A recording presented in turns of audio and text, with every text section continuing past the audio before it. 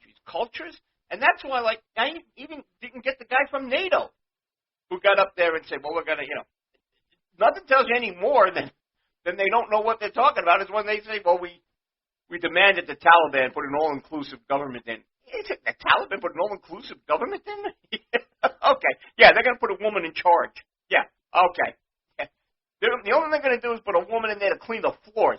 That's all they're going to do, and they can use her as a footstool when they're sitting at their desk. That's all they're going to do. That's your all-inclusive government. And if you think it's going to be any different, you people are out of your minds.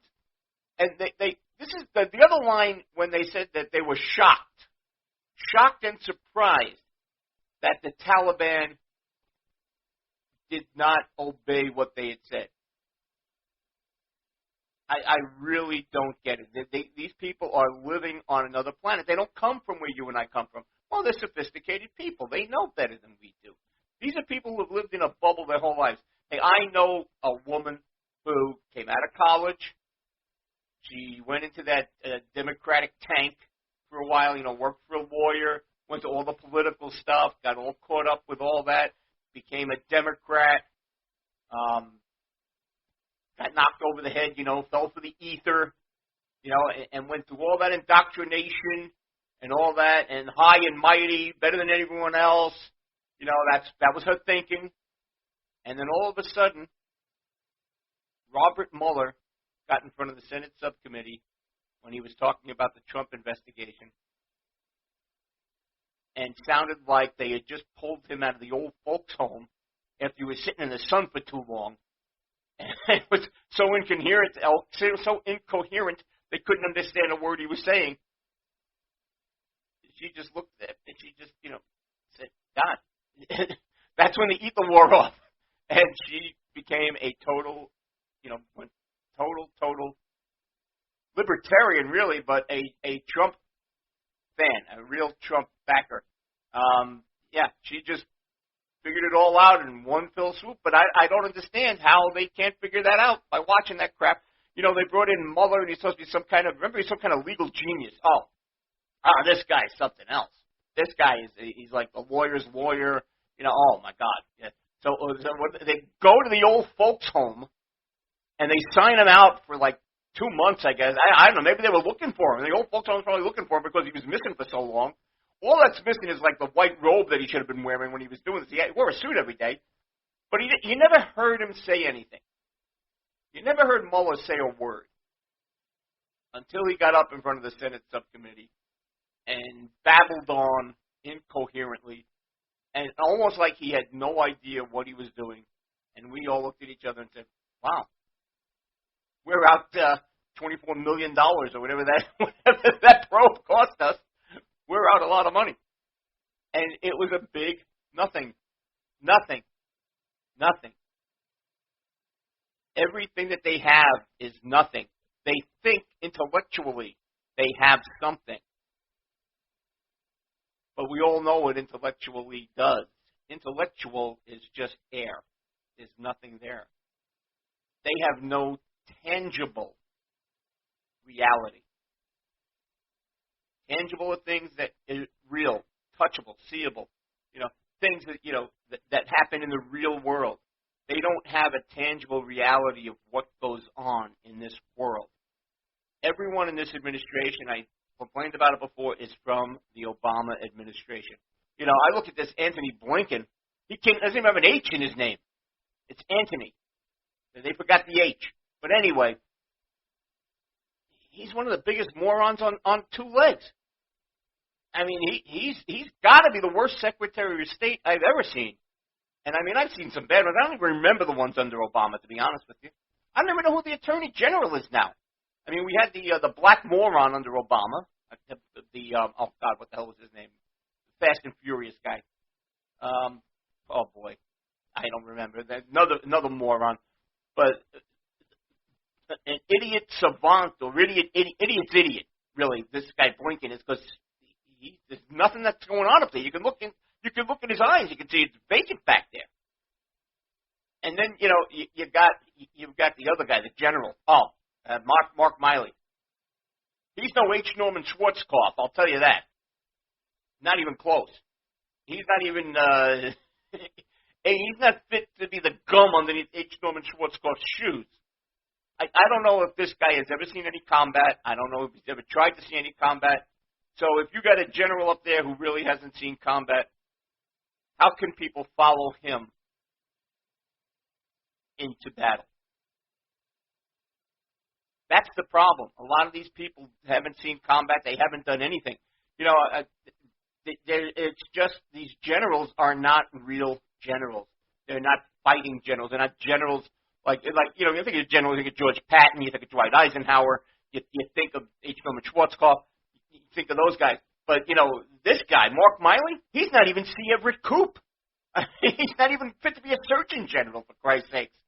I really don't know what is going on with the government. I can't figure it out. But, you know, we got to get some rejoiners, and we'll be back after this. This is Johnny Sexton's World. I'm Johnny Sexton. Welcome back. Hey, you can catch us all over the place. We're on Spreaker.com. You know, if I'm telling you this and you're listening, you already get it. But we're on Spotify. We're on iTunes. You know, I guess it's iPad Podcast or whatever it is. Apple Podcast. And we just got onto iHeartRadio. We're on Castify, Podcaster. Where else can you hear us? You can hear us all over. I'll be putting it up on the Facebook page and all the spots where you can hear us. But we're on about 9 or 10 different platforms. We're on Podbean, but you can catch us on some of the majors, which is really good. Spotify, iHeartRadio, Apple Podcast, and I'm not sure if we're up on Google yet. I got to check, but Google Podcast we should be up on hopefully soon. Well, anyway, we talk about hypocrisy and people that are crazy and people that are not living in the real world. Dateline today at 1:45 p.m. One of the Google founders, Scott Hassan, 51 years old, he wrote much of the original code that powers Google. He's in a nasty divorce battle, and it's gone on for 7 years. 7 years. It involves millions of dollars. Okay? Now, but he also has said that he admitted that he had started a nasty website about his ex-wife. Why? His divorce settlement proceedings are scheduled to start on Monday, and he's being accused by his ex-wife, and he also has admitted to launching the site AllisonPlain.com earlier this year, seeding it with links to positive articles written about his ex, but also links to court documents from their embarrassing lawsuits that involve her. Scott was trying to bully me into dropping my fight for assets and accepting a pittance, Iron said. Has to be put up the site. Hassan admitted to the post, I did, but I have taken it down. Oh, thanks, very nice. I did, but after I got caught, I took it down. Amazing. You know what? That's what I said. These people do not live in the real world. They do not live in reality. I don't get it. But here's the good news I'm sure many of you have been waiting for. Pfizer is expected to get full FDA certification on their vaccine. So you people that were holding out, waiting for that FDA approval, you got it now. So jump right in and take it. I hope. See, this is what I don't understand. The first part of the vaccine came out a month before the second part, and they both came out about 2 months before the booster. How do they all get approval at the same time? How does every one of them get approval at the same time? I don't believe a word these people are telling me. I mean, I'm not the smartest guy in the world, a couple years of college, but that's about it. Some high school and some business education, and mostly my radio career came from talking to a bunch of people on the air. And that's where I got my education from. But I don't believe a word that these people are telling me. And the biggest problem that I have is I wish, in my heart of hearts, I wish that I could. but they have wronged me at every turn, and they have wronged the American public at every turn. This is Johnny Sexton. The show is Johnny Sexton's World. Just read in the papers the other day where octogenarian Bob Dylan is facing some sex charges for having sex with an underage girl who I think they said was 15 or so at the time, and now she's in her 70s. This happened in 1965. 1965. Why does it take so long to come out? Here's Bob Dylan's story about a guy who was truly wrong, grooving Hurricane Carter, here on Johnny Sexton's World, and I'm Johnny Sexton. Barroom night. There's a pat of Valentine from the upper hall. Sees the bartender lying in a pool of blood. Cries out, my God, let's kill them all. Here comes the story of the hurricane. The man the authorities came to blame for something that he never done. Put in a prison cell for one time he could have been the champion of the world.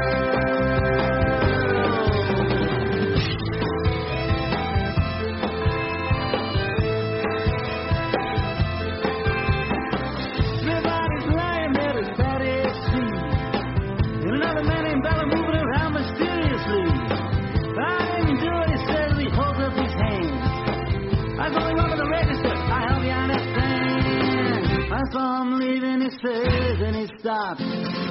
One of us had better call up the cops. And so Daddy calls the cops. And they arrive on the scene with their red lights, ushering in a hot New Jersey night.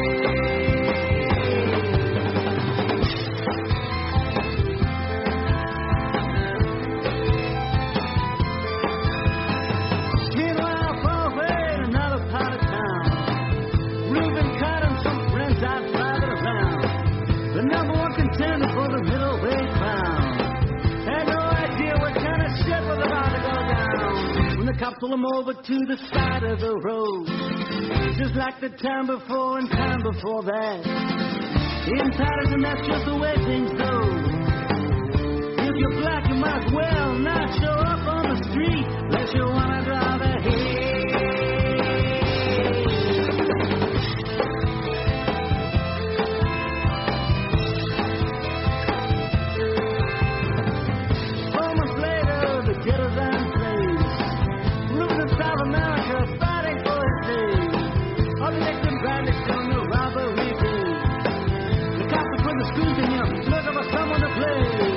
Remember the murder that you happened in a bar. Remember you said you saw the getaway car.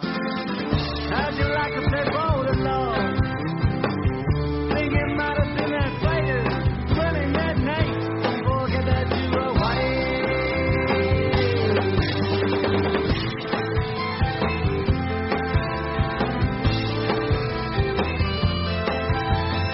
Arthur Jackson Bradley said I'm really not sure. Said a poor like you could use that phrase. We got you to the motel job and we're talking to your friend Bello. You don't want to have to go back to jail, be a nice fellow. You'll be doing society a favor. That son of a bitch is brave and getting braver. We want to put his ass in the skirt. We want to pin this triple murder on him. He ain't no gentleman jail.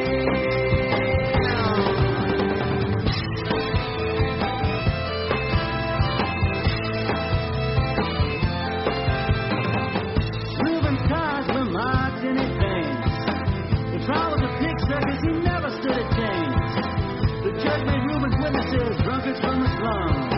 To the white folks, he was just a revolutionary bomb. To the black folks, he was just a crazy nigger. And no one doubted that he pulled the trigger. So they could not produce the gun. The DA said was the one who did the deed, and they always give you a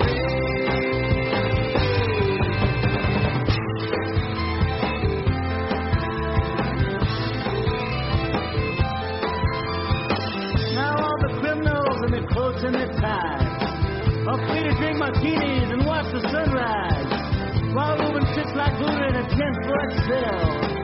An innocent man in a Yes, that's the story of the hurricane.